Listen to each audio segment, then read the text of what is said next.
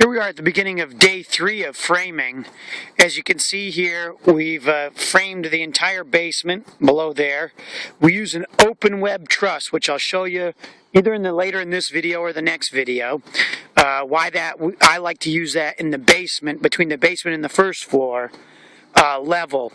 But here you are, we see the framing. I like to wrap all the exterior walls in 1/2 inch OSB plywood. It makes them really extra strong and secure.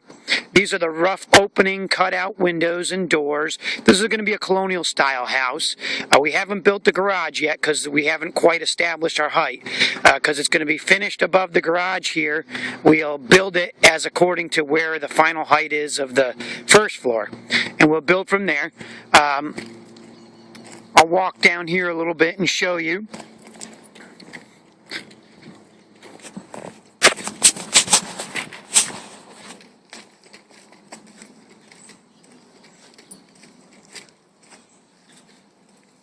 All the framing here in Atlanta on the first floor, the basement's always 2x6 wall.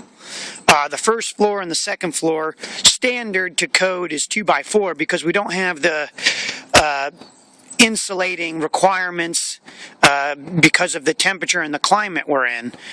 You'll see like this here is a 2x4. It's a stud. It's a 9-foot stud on the first floor, and then here in the basement area here, this is a 2x6, a little bit wider because it's got to support 2 floors. 2x4 just isn't made to do that. Here is this open web truss system here, which is down here is the basement here. The reason why I like to do that is you can get more. You can put duct work, HVAC work, plumbing.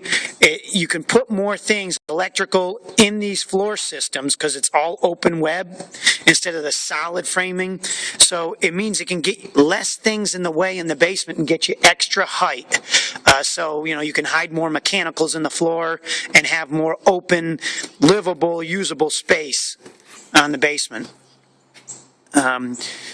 We use a 3/4 inch tongue and groove flooring here, subfloor, and I don't know if you can see it here, but we use screws to screw it down, and we glue and screw these floors down, and what that does is it reduces squeaks in the future. This is what's called a subwall because I was able to keep the basement and the garage floor slab down, and we'll just have a set of stairs that come off here up into that door down into the garage. I had to do that because of the grade out here and getting the driveway down in here. So these straps are poured into the concrete and then they wrap over. I don't know if you can see some here.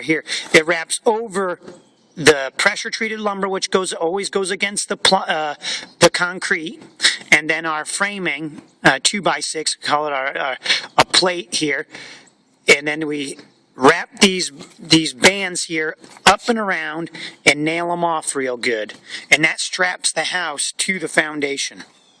And you see anywhere where wood touches concrete should have a pressure treated lumber, and you can see there we bolt those down.